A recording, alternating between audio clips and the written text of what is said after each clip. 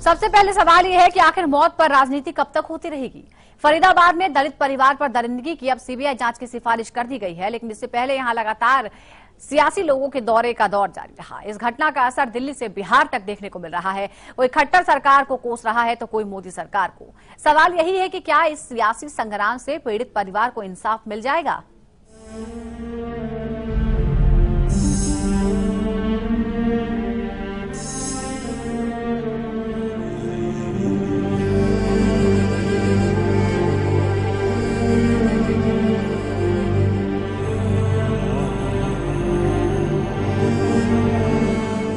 पुरानी रंजिश में फरीदाबाद के सुनपेड़ गांव में एक ही परिवार के 4 लोगों को जिंदा आग में झोंक दिया गया।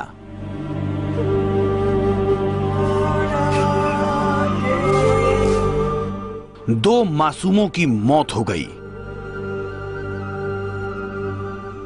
बच्चों की मां बुरी तरह जल गई और पिता जख्मी हालत में खुद को कोस रहा है कि वो अपने लाडलों को क्यों नहीं बचा पाया। मेरे छोटे बच्चों ने क्या करा था उन्होंने। पीड़ित परिवार रो रो कर इंसाफ की गुहार लगा रहा है। जितेंद्र आरोपियों पर कड़ी कार्रवाई की मांग कर रहा है, लेकिन कहीं से भी उसे भरोसा दिलाने वाला साथ नहीं मिल रहा। हाँ, इतना जरूर है कि जितेंद्र के घर में राजनीति का जमावड़ा जरूर होने लगा है। मुंबई से रामदास अठावले सुनपेड़ पहुंच गए। कोलकाता से वृंदा करात भी परिवार से मिल ली। जब मुंबई और कोलकाता से नेताओं की जमात फरीदाबाद के सुनपेड़ पहुंची तो दिल्ली से राहुल गांधी भी पहुंच गए। राहुल गांधी ने जितेंद्र से मुलाकात की और मदद का भरोसा दिया। मिलने के बाद राहुल ने बीजेपी, राज्य सरकार और मोदी सरकार को एक साथ कोसा। बात सिर्फ ये है कि वो गरीब है, कमजोर है, इसलिए उन पे अत्याचार हुआ है। कुछ दिन पहले यहाँ पे लोग एडमिनिस्ट्रेशन के पास गए। एडमिनिस्ट्रेशन के लोगों ने उनसे कहा, आप अभी आपका कोई मरा नहीं है, आप वापस जाइए। ये चीफ मिनिस्टर की जिम्मेदारी है। राहुल गांधी ने हरियाणा की खट्टर सरकार को सवालों के कटघरे में खड़ा कर दिया और जिम्मेदारी का एहसास कराते हुए प्रदेश सरकार को उनका काम याद दिलाया। यहाँ पे कमजोर लोगों की, गरीब लोगों की सरकार नहीं है।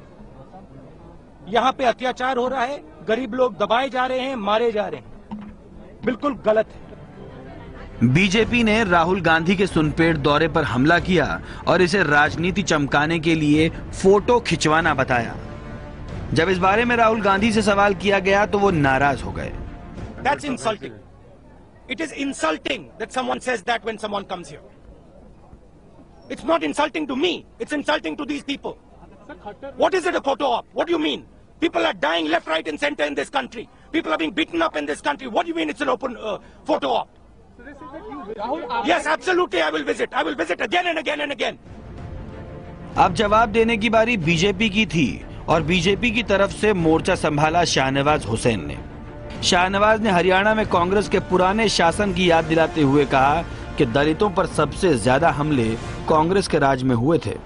राहुल गांधी ये भूल गए हैं कि जब हरियाणा में उनकी सरकार 10 साल थी तो सबसे ज्यादा दलित समाज पर जुल्म हरियाणा में कांग्रेस के राज में हुआ। जो घटना हुई है वो दुखद है, उस पर कार्रवाई की जा रही है, कोई बख्शे नहीं जाएंगे। हमारी सरकार पूरी तरह से एक्टिव होकर उस पर कार्रवाई कर रही है, लेकिन राहुल गांधी कोई भी घटना पर राजनीतिक रोटी सेकने से बाज नहीं आते हैं। आज जरूरत है वहां मरहम लगाने का, उसकी जगह उस घटना पर जाकर नमक छिड़कने का काम कर रहे हैं राहुल गांधी। हरियाणा में दलित परिवार पर दरिंदगी की गूंज बिहार चुनाव में भी सुनाई दे रही है। आरक्षण के मसले पर बीजेपी और संघ को घेरने में जुटे लालू यादव को बैठे बिठाए ही एक बड़ा मुद्दा मिल गया। ये देखो, कट्टर की सरकार, आरएसएस की सरकार वहाँ पर दलितों को, यहाँ कानून व्यवस्था की बात करता, जंगल राज की बात करता, किरासन तेल देके जला दिया दलितों को। कार्रवाई करो। कार्रवाई क्या करेगा? ये सब दलित विरोधी है, कट्टर। बीजेपी की तरफ है, स्ट्रांगली कंडेम जो इंसिडेंट हुआ है।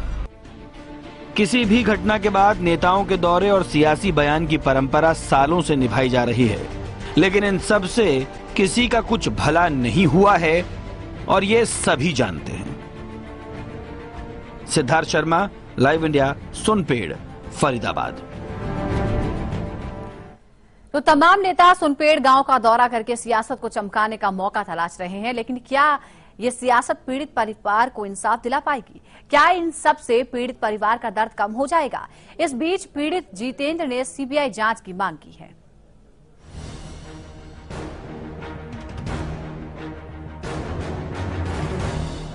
एक परिवार के 2 मासूमों को जिंदा जलाकर मार दिया गया। जाहिर है गुस्सा तो निकलना ही, वो भी ऐसी सरकार में जहां का प्रशासन अपने लोगों को सुरक्षा मुहैया नहीं करा पा रहा। फरीदाबाद का ये वही बल्लभगढ़ है जहां कुछ महीनों पहले ही दंगों की जलन को महसूस किया गया और अब एक पारिवारिक रंजिश में की गई वारदात को जातियों की जंग के तौर पर पेश किया जा रहा है, जबकि परिवार का दर्द अभी भी कम नहीं हुआ है। मैं उनको कहीं ना जाने दूंगा, मैं यही रखूंगा अपने पास। मेरा डिपो मैं नहीं जान दूंगा उनको।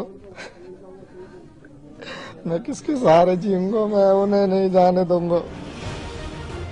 प्रशासन सुन नहीं रहा। इतनी बड़ी वारदात को अंजाम दिया गया और सभी आरोपी अब तक आजाद हैं और इसी नाराजगी का सबब है कि फरीदाबाद बल्लभगढ़ बाईपास रोड को जाम कर दिया गया। दोनों बच्चों के शवों को बीच सड़क पर बर्फ की सिल्लियों पर लेटाकर रखा गया था और कहा जा रहा है कि बच्चों का अंतिम संस्कार तब तक नहीं किया जाएगा जब तक कि सभी आरोपियों को गिरफ्तार नहीं कर लिया जाता। मामला कुछ दिन पहले, कुछ साल पहले, 1 साल पहले यहाँ आपस में 2 पक्षों में लड़ाई हो गई थी। उसमें जो कुछ मरामरी भी हो गई थी, वो फिर उनको जेल भी होगी।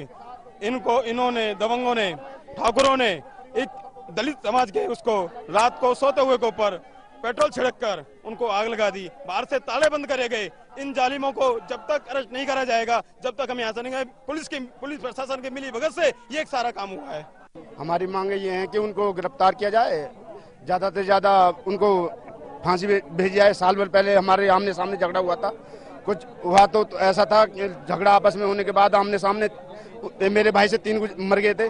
मरने के बाद हमने एक वो गिरफ्तार हो गया था साल भर पहले। अब उन्होंने पीछे से गुंडागर्दी में आके उन्होंने घर में आग लगा दी, पीछे से आके साल भर बाद। परिवार का विरोध एक तरफ है, दूसरी ओर इस पर सियासत चल रही है और तीसरी तरफ पुलिस प्रशासन है जिस पर सवाल उठ रहे हैं। पुलिस का दावा है कि इलाके के SHO और PCR में तैनात पुलिस कर्मियों को सस्पेंड कर दिया गया है।